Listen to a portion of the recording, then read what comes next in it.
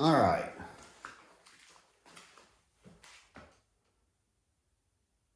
Drill 1 was the grip, and we went over that on the last video. Drill 2, we start working on contact, answering questions about ball flights, answering questions on why things go awry in your golf game, sometimes at the most inconvenient times. So we're going to talk about how to get more consistent contact so that you can get the club from point A to point B with a lot of confidence that it's going to head toward point C, which would be your target. So I think first of all, we have to realize, what is the swing? I like to think of the swing as a door. You're at a dress, I'll face you. You move your hands this way. All the swing really is open the door, shut the door. Open, shut. It's basically 90 degrees. Some people like it a little bit more, so they're a little bit from in to out when they hit. Some people like the in to in, but they're never out to in. So let's think about that. It's just a door. It's right here, 90 degrees, and the door shuts. So what does that look like? Well, if I put my hands here and turn, that's what it looks like. Take somebody like Phil Mickelson. He loved his hinge and hold. He was doing a lot of door work. Open the door, shut the door. He even said he liked to hold. Well, holding means that you're opening the door, shutting the door, but you're not releasing. Because it's a small little chip or pitch, you just have to use the momentum of your body to turn. Now that's easier, I'll admit, when you're looking at something that's only from here to here. Doesn't take a whole lot of work, but what happens when we want to start getting our club more width and depth? That's where things start to change. But the truth of the matter, if you really want to boil it down, if you can come here and here, those should be all absolutely straight shots. Well, if that's the case, then what do we have left? We have nothing going to the left, nothing going to the right. All we're trying to do is come here, hinge and hold. Later on, you're going to want to get the swing a little bit bigger, so you might let your hands kind of carry up, hinge and hold, and finally you're going to get to the point where you're like, oh, this is not just a little shot, I got to get more pace to it, hinge, and start turning and pulling the body up. Regardless, your contact on such a simple little drill, something as simple as just turning this and that, should be very clean and easy to do. You should be finding your center spot basically on your club. And then depending on the club, you can start working on loft. So if I went to a wedge, which affords me a lot of loft, and I'm still doing just that little bitty hinge and hold, how do I change the loft? So this is the second part you need to realize. To change the loft, there's two ways of doing it. A, I can only close the club so much. I can open it up, you know, I can open the club up and get a lot more loft, but pretty standard, you know. This is a 54, that's 54 degrees here. If this is straight up and down, that's 54 degrees of loft. I can de-loft the club and try to get it more to like a 44 or something in that regard. But there's only really 2 or 3 good ways, and it takes a combination of them to honestly flight your wedges and de-loft the club. Well, that holds true then for an iron. If you're trying to compress the ball, that means you're wanting to come and hit down on it with a de-lofted club. You're going to have to what? Get your hands in front of the club head at delivery. Well, that's also true with the wedge. So really, I like the way Eric on YouTube, Kagonia, I like the way he says it. There's certain non-negotiables. Non-negotiable means your hands in this situation should always be in front of the club head as you're releasing so that you have something to release. Even if you were, quote, trying to intentionally get a little bit more loft, came down here and kind of did a break, you stop your hands and let the club continue. Even if you want to get a higher lofted shot and kind of break, your hands are still in front. So now we know two things. We know the hands belong in front of the club head, and there's going to be some kind of shaft lean because of that. Even if you really wanted to go ahead and do a big flop shot and open that club up, your hands need to be in front. Once they get behind the club head, you're going to start having thin shots, and that's where you're going to start blading the ball across the green if you're working with a wedge. So there's something that has to happen, and that's keeping the hands in front of the club head. Well, that sounds good. That sounds easy until we start looking at bigger swings. And I gotta line myself up with the camera properly so that y'all can see this. So say I was gonna take a swing from here and I came up, but I get my release going way back here. So now my hands are no longer near where they were at address. They're floating on the side of my body. So what happens? You're coming up, you're probably gonna have to stand up to get the club head down because you're throwing it from back here. And you're probably gonna get flippy trying to get the club down. So there's some problems that happen if you're not getting your hands back to where they need to be. Well, if this is just a door, 90 degrees, 90 degrees, and you can hit clean contact every time, wouldn't that mean if your hands get further back and higher up or wherever they are in the swing area, that your hands still have to get down in front of your body and you still shut the door? For people who play more with their hand speed, they might come straighter down trying to de-loft that club. I'll give you that. But they're getting their, like we talked about on the grip video, they're getting their grip to press down. But they still have to have their hands in front of that ball.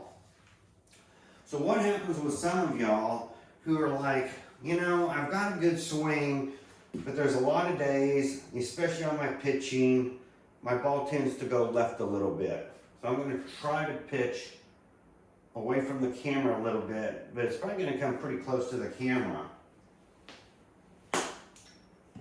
So I was aiming that way, and I sent the ball right past the camera. Well, why was that? You're not necessarily casting. You're not necessarily throwing the shoulder. Let's look at one simple thing though, and I'll try to line up for y'all. If you come here and you start the hips at the same time as you start your hands, even if you get in a good position, you are going to look like you're casting, and so that's going to present the club head hitting the ball left.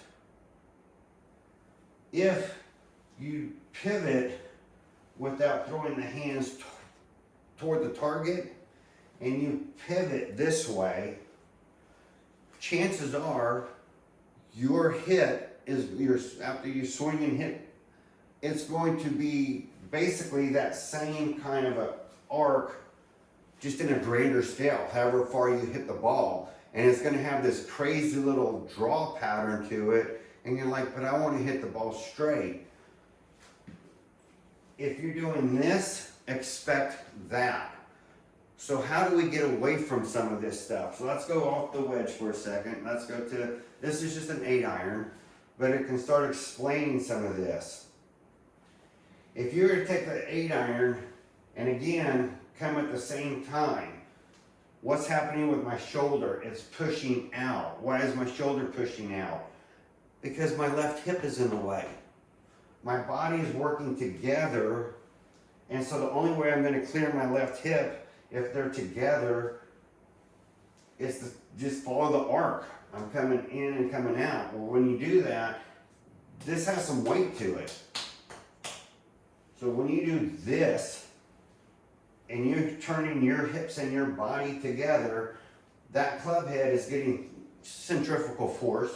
It's getting thrown out away from the body. Once that happens, hit the tripod, not the camera, but it starts to go left. There's your problem. So how do you fix that? Well, the last video showed you were supposed to warm up. Stretch, just do this real quick. See how much turn you have. Get your hips moving.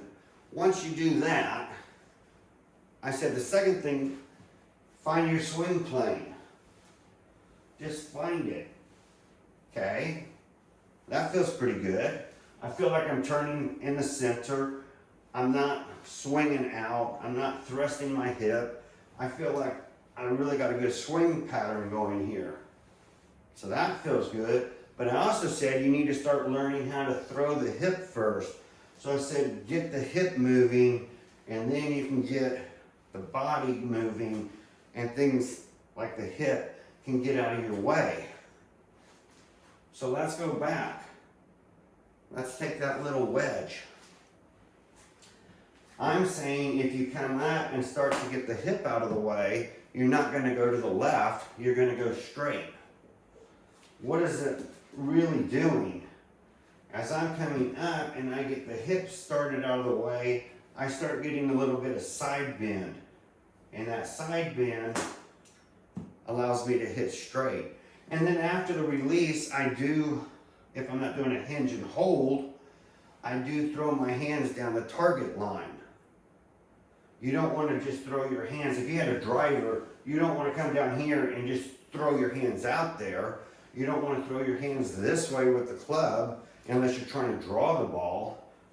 Then the more you get your hands around, the more draw you can get. But for the most part, your daily swing, you want to come through and throw the hands. Don't worry, your body's going to, it's like a plane. Let me change clubs.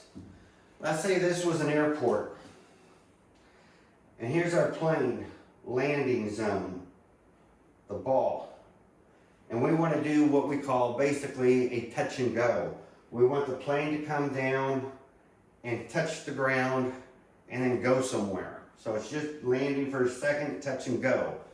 And we all know we really want the touch and go zone to be in front of the ball so that we're making clean contact. So how do we do that? Well, if you work your hands and hips together, you might get lucky and you might hit the right just in front of the ball, and you're going to have a fairly high shot. You're going to have the full loft of the club is what you're going to have. I mean, let's think about it. If you're lining up this way, you're doing this, you're turning this, and you're coming in there, that's the full loft of the club. But it's straight at least, for the most part. But what happens when we want to start dialing in different heights, different trajectories of our ball flight, and we want to start getting that ball flight down? Well, again, let's just go back to what I was showing y'all. If you do this, left shoulder, right shoulder, right shoulder, and then you get the hips moving first, what happens? I start getting a shallower club, for those who want to go up high, your hands automatically come down because you're turning your body out of the way. You're probably starting to get some forward momentum as you do that. And so when you get that forward momentum, because you're turning your body correctly, now you're going to start hitting in front of the ball like that. So now we've moved our low point.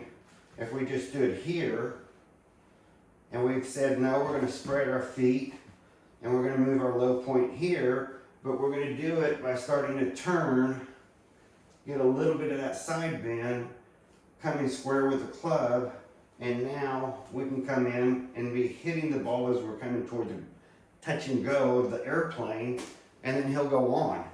So don't worry, he'll fly. There's only so much real estate beyond the ball. Once you come down, you're going to run out of real estate. Your body's going to have to turn. There's no way you're going to keep moving so your plane stays in a straight line past the ball. Your body will know when to turn. The beauty about it is if you come in and you start getting that hip and that turn, see how your leg starts to straighten up. So your body's coming down, your leg's straightening up, and that's that whipping effect where you're trying to slingshot that ball through that hitting zone. And don't worry, your club's going to follow and come around. And for some people, they can come around. I think sometimes it's a bit much. But if you want to keep flexible, I guess this is a good look for you. You're going to see in most of my videos, I come up. I don't do the Tommy Fleetwood umbrella. I just come up. A lot of times I come up and I'm already coming back down again. I don't go through so much follow through. My concentration is about here to the ball and past the ball, and then I kind of don't worry about my finish. Some people find it important. However, if I tell you to do this drill, come up 90 degrees and get clean contact, and you pound balls for a few hours, you're going to kind of forget what it's like past the ball to open up and come through the ball. So a lot of times I hear people say, you know, I love working with my wedges, but after I work with my wedges, I can't hit my irons again. So anytime I work with my wedges, it screws me up. Well, if all you're doing is that, and you're playing ball after ball after ball, and all you're doing is just trying to open up and do that, you're forgetting about the rest of the swing. So you're now just worried about this side and you're tightening up. So every now and then, even on this particular exercise where I'm saying turn and turn the body and go through, every now and then it's okay to do more of a full shot and get it so that you can feel like you're still playing golf.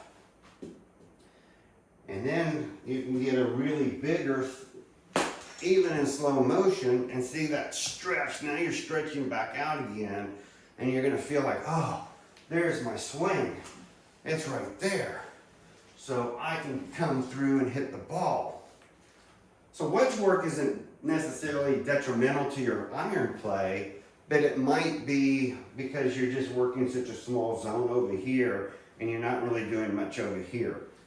Anyway, so we're working on contact.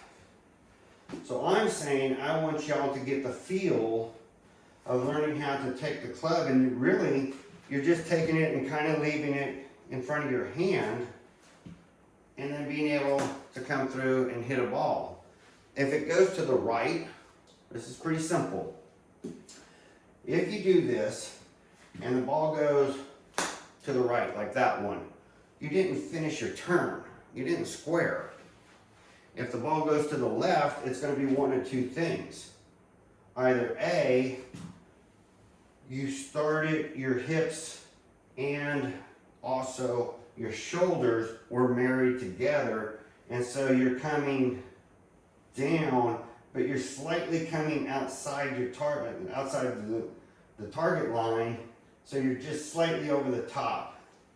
So to prevent that, you really need to be coming more from the inside and not so much of this. Well, how do you do that? Move the hips. This club has to have somewhere to go. And if you're married in together, you're like, well, why does it have to have somewhere to go? Well, then you're having 180 degrees and you're gonna have to pick somewhere around 89 to 91 to hit a straight shot. If, however, I get my hips going, then all of a sudden, when I'm coming down, I have this acting as my pendulum back and forth. So it can stay right through the hitting zone at that 90 degrees until I run out of real estate, like the plane coming down, and then I have to make a turn. But at this point, if I turn my hips, you can see my plane flies, and does the first part of the touch and go pretty straight. You're creating an oval. So instead of this to this, you're creating this, and that makes more of a J, the letter J, and then comes through. And so now it's easier to get clean contact. So the only other part about contact for now that you need to know is, whoops, when you're coming into the ball, if you start working on this left arm as a pendulum, so you know every time you come in where it's going to hit the ground, because it's a certain length, because it's a certain position in your body, then you no longer care about the club head. This will help loft and de-loft the club. The hands always stay forward. We already talked about that. So if my hands are already forward and I want to loft and de-loft the club head, that's this guy's job. The shaft and the handle is our job. That's hands and arms. That's what I call knowing where the club head is in space. So if I'm rocking back and forth, it might feel good, but it's wrong. If I stall just a hair at the top and start to turn my body, and my hips not going further out, so that it basically stays in a nice line. I'm not getting my knee across this way and my knee over here. To work your leg action for your swing, your knee should go slightly out. We already talked about if you just bend from the waist, barely bend the knees, get some width on your stance. Why do you want width on the stance? I'll tell you that second. But the first part, if you work this as a pendulum, yes, I'm coming down. Now if I start to turn, I'm coming down and you're afraid to hit the ground behind the ball. But you have to realize as you're turning, this guy runs out of space over here. He has to do something, so he starts coming up. So as he's coming up, this guy's going down. So your long hitters have learned, the more they get the hip to come up, the more the hands are going down, but they're going to come down just because of this limitation and this angle. Then it's going to be easy for them to know every time how to come up and hit the ball. But their hands as they come up are really traveling down. You fat hitters, you have the same principle, you just are firing from back here, and so you're coming up, your hands are going down, but you're hitting in behind the ball. You need to get your hands further in front of you, then you can come up, your hands can go down, and you can hit the ball. And if you turn your body correctly and throw your hands out, they're going to hit here as the release, and then they're going to continue until you want to get fancy and wrap the club around your head, I guess, so you can pick it up this way and show everybody how cool you are. Kidding. But that's what we're looking at.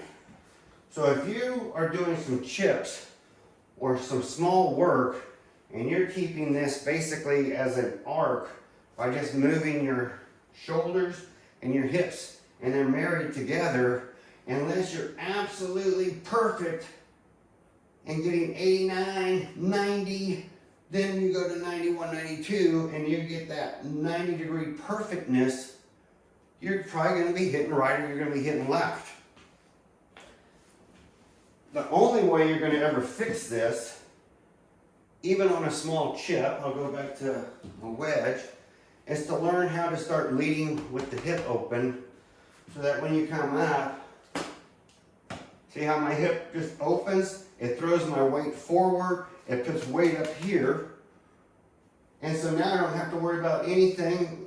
This is already going to have the same spot to hit.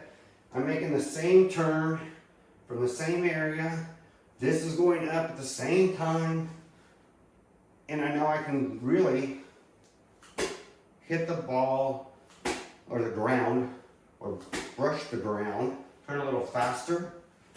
I can't even hit the ground. So you learn how to marry this up so that you make a nice swing turn. And you brush the ground and everything's perfect. And you get the ball flights you're looking for. So we'll talk about ball flights in just a second. But for now, your drill is pretty simple. You are just going to open your hands up, turn, and go 90 degrees. If you find that too difficult, let me grab a couple balls here. If you find that too difficult, and you're like, I just can't, let's go to my 8-iron. And so you're going to try with your 8-iron. And you do this, and you move up, and you're like, I'm just so locked in, I can't, no matter what, I can't turn. Okay. Whatever you come back here, let it drop back to here before you turn. In other words, if you want to come up a little and then make your turn, I get it. Because not moving and just moving a club here and turning, God, that's so clean. When you can swing and not even feel the ball coming off your club head, it gets addictive. But if you can't do that, for whatever reasons, and I'm not to complain, then go ahead and throw your hands up a little bit past, but as you do that, make your turn and let them come down again before you finish your turn. See what I'm saying? So you're going to have to learn how to be a little, it's going to feel easier, but you're still doing some coordination. And there's nothing wrong with learning that coordination. Trust me, we get to bigger swings, you're going to have to learn a lot more of that feel. So if you get to know this, don't care about this.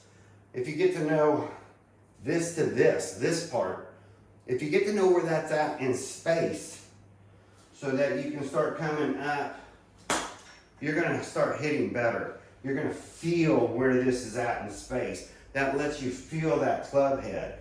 And once you know what your club head is doing, and we already talked about the grip, you know, how a neutral grip and putting your hand just right. Well, this is a club face, this is a club face, this is a club face. So now you have 3 club faces to feel, unless you want a stronger grip like me.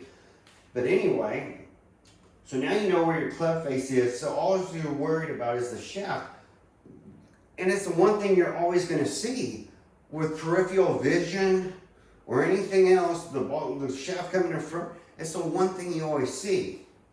So if you come here and hit to the right, you didn't finish turning.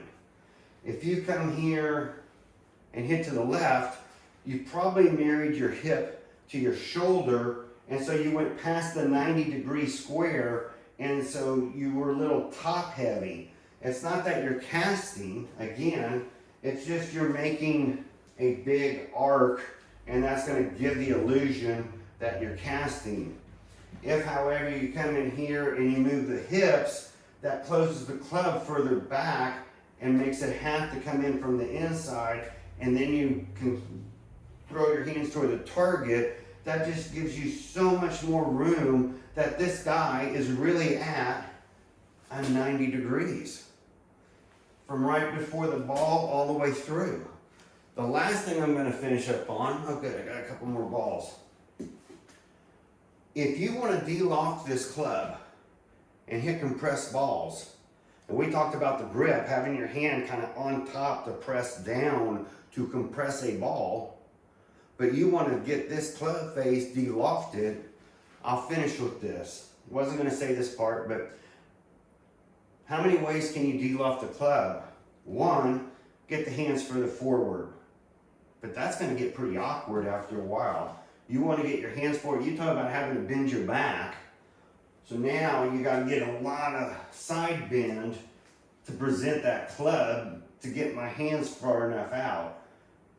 So it's doable, and I've seen people hit where it looks like their head's on a pillow and they're about to take a nap with all this crazy side bend, but that's not really the best way of doing it. The second way to de-loft the club is to get your hands forward without so much side bend. Well, how do we do that? Open your feet up a little bit more so that you can get your low point. Your low point is really just where your shoulder is, where this guy is. This is what helps create your low point right here. So if I'm back here, my low point's back. If I move forward, my low point moves forward. And remember, I showed you, if you find your swing plane and then you start turning that hip, that puts your weight forward. That's another way to de-loft the club. Scotty Scheffler, he's coming down and he's got so much weight already. A lot of people just want to start feeling the weight transfer to the outside of their left foot as they're hitting the ball. Watch Scotty Scheffler. When he's coming down, he's already got that foot cranked this way and he hasn't even gotten to the ball yet. And then he gets to hit the ball. So think about how much weight he's moving over with that side bend and getting that low point way in front of the ball. Well, you do that and you hold just a normal amount of angle, you're going to be coming down into that ball. So that's side bend with forward rotation and here, controlling your angle here. And believe it or not, I know it sounds important. We can all figure that this is pretty important angle to hold. So is this one. The more you hold this up, the more you can de-loft that club. So for those who come down steep and turn and get the weight forward, they're de-lofting the club. I told you I'm going to show you how to hit a simple golf shot. Just a simple swing. And to get more distance. And some of this working with moving the hips first, getting the club to kind of shallow, getting a little bit of the body weight forward, and having a swing where it's just left shoulder replaced with the right shoulder, you're going to finally see, okay, I can see a more powerful golf swing. And then you don't have to swing as hard, and your ball is going to go further because you're really swinging harder than you think. And I told you, if you start doing this right, you'll be able to swing as hard as you want. But you got to get that hip out of the way. So if you want to throw hands first and then move the hip, or you want to move the hip first and then throw the hands, you can still, once you know left shoulder, right shoulder, and how these work together with the hip moving out of the way, then it's easy. So the next drill I'm going to do will show you the difference between hands first, then the hips are kind of closing, but they still started to crack open before the hands came. You're going to learn that. Or what happens if you really want to open up the hips and then get the hands through, so you're using more body to do the work for you. So I'll show you how the two interact together. Again, anything I'm showing you, especially on a contact drill, just learning how to make clean contact is going to help you no matter what club swing you have or how you're trying to do things. The only thing you need to start worrying about is when you're coming down to this position to make that turn and release that club, is that your hands aren't way out here. That's going to create all kinds of issues, but that your hands are back where they need to go as you make that turn. So that as you're coming down and turning, you're going to feel like, oh, there it is. And if you just work on this simple open door, closed door, and you start hitting all your shots on the same spot on your club, it's going to feel very sweet. You're instantly going to add distance if you're not hitting the hosel, hitting the toe. Now, I am going to say one last thing and conclude the video. If you start coming up bigger swings and all of a sudden you're really getting pumped and into them as you're making that turn, and you start looking like all of a sudden you're slicing, and you're like, I'm doing everything, but now all of a sudden I'm slicing the ball. Let me grab a ball.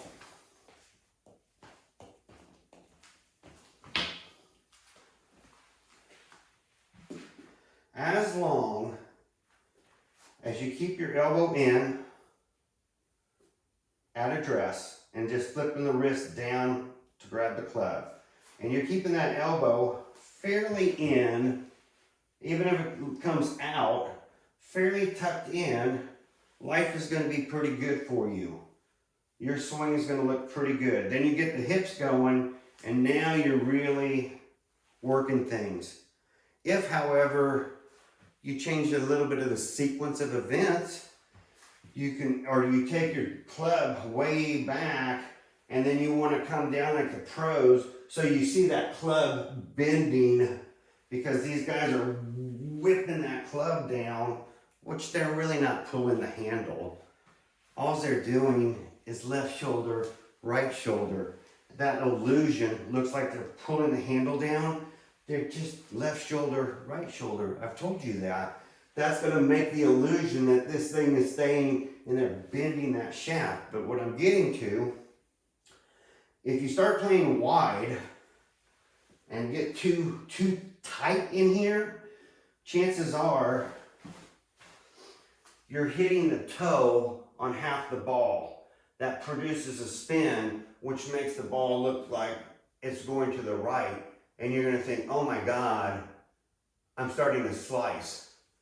No, you're just going so wide and coming down, the path is tighter to the body and you're catching the ball. The other problem that some people may have is they're going to come up and they're going to turn great, but they're not going to figure out how to square the club head with their release, and they're going to stay open, and then they're going to hit, I don't want to hit that far. They're going to stay open, and they're going to hit with the open club face. Again, work on turning. Open door, turn. Then you can get a little bit bigger, turn. Get a little bit bigger, turn. You'll start figuring out as you come down how that squares up. But if you start getting your hands really wide and then try to bring them in and square it up, I can't say you're going to have the best results. So the easiest way to deal with that, make your turn, leave this at an angle, and just start to get the hips out of the way. This will come down naturally. And so if you look, it'll naturally put you back where you want to be to finish that turn and release. You're not going to be holding, in other words, this angle all the way back down to the ground. That would be crazy. And I've seen people online say that. Oh, Phil Mickelson was showing this hinge and hold, and so they get in this crazy position and say, you can't even get back to the ball. He was in this position with a little bit of this, and then he did a hinge and hold, and it was easy for him to get back to the ball. So you have to keep some of these things in mind. My philosophy is just start working on it. You're going to start hitting that ball. Your hands are probably going to be all over the place because you're trying to learn how to just move and turn, and that's going to mess with you. Once you start playing contact, you're going to know if you threw your hands. You're going to know if you didn't shut all the way and you went to the right. You're going to know if you led with the shoulder and the hips together, married together, and you went to the left. You want to start understanding your ball flight and your contact. It starts open the door, shut the door. You're going to learn so much about your swing. Then I'll show you how to make a bigger swing, more powerful. We're going to make a decision. Do you want your hands to come through first? Do you want more body to come through first? We'll get to all that. We'll even talk about compression. But let's get first, open the door, shut the door. Thanks.